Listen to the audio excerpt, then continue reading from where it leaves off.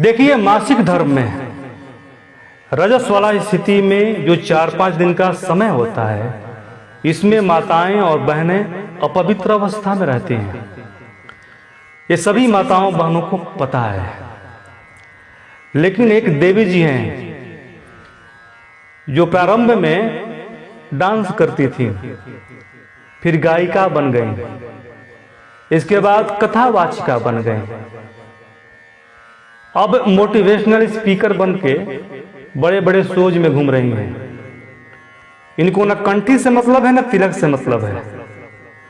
और उसी धर्म, उसी ग्रंथ के नाम पर आज जो भी प्राप्त हुआ है, नाम, शोहरत, यश, उसी से उनका घर चलता है। आज एक शो के माध्यम से धर्म के विरुद्ध, शास्त्रों के विरुद्ध, वो भी स्त्रियों के ऐसे कार्य के विरुद्ध, जो सभी माताएं बहनें जानती हैं कि रजस वाला स्थिति में मासिक धर्म का जो 5 दिन का समय होता है, ये अपवित्र अवस्था बताया गया है। इसको कह रही हैं। पहले व्यवस्थाएं वैसी नहीं थी, आज सब कुछ है। चाहे आप पैड्स ले लीजिए, आप और भी कई तरीके की अच्छी चीजें, सब आप नॉर्मली वर्क कर सकते हो। पहले कुछ भी नहीं था, तो पहले क्या करें? तो आपको घर के अंदर ही बंद रहना पड़ता था। आप जिस तरह के कपड़े इस्तेमाल करते थे, तो ऐसे रीजंस थे नहीं करने के। बीच वाले आके काम खराब करते हैं, तो ये बातें बनाई गई। पहले रीजन अलग थे, सेफ्टी पर्पस था, आराम के लिए था, खान पान का पर्पस था। अब ये सब नहीं है, अब थिंग्स हैव चेंज्ड। तो इट्स हाई टाइम कि हम भी उन चीजों को हटा के नई चीजों को लेकर। इसको कह रही हैं कि अरे पहले के जमाने में लोग इतना काम होता था कि काम से आराम के लिए 4-5 दिन के लिए व्यवस्था बताई गई।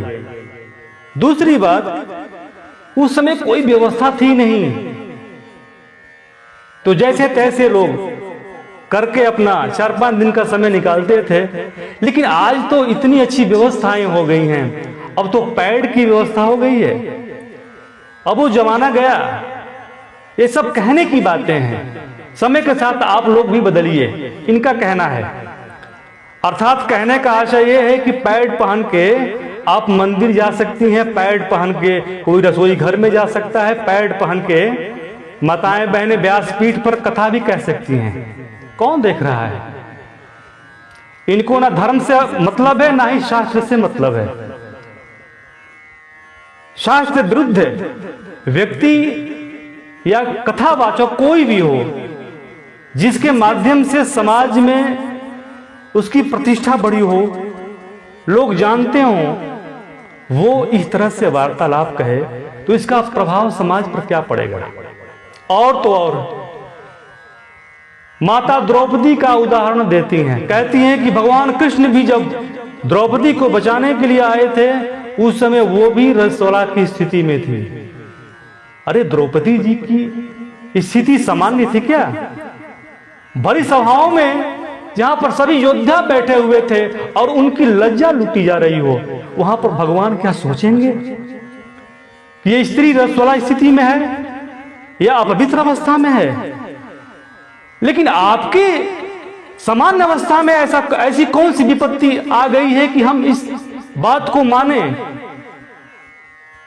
भगवान वैसे स्पर्श भी नहीं किए थे, लेकिन विपत्ति काल के लिए कोई भी धर्म और शास्त्र का नियम नहीं होता है। यह बात पुराणों में बताई गई है।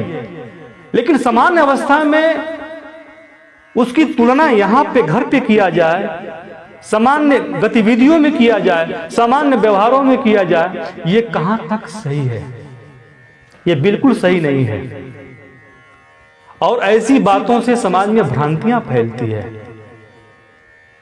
जिस शास्त्र से, जिस धर्म को लेकर आप समाज में यश कमाई हैं, नाम कमा रही हैं, पैसा कमा रही हैं, उसी धर्म के विरुद्ध में, उसी शास्त्र के विरुद्ध में इस तरह से प्रलाप करना कहां तक सही है?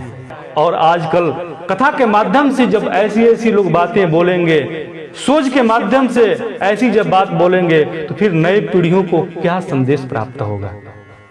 ये बड़े दुख की बात है।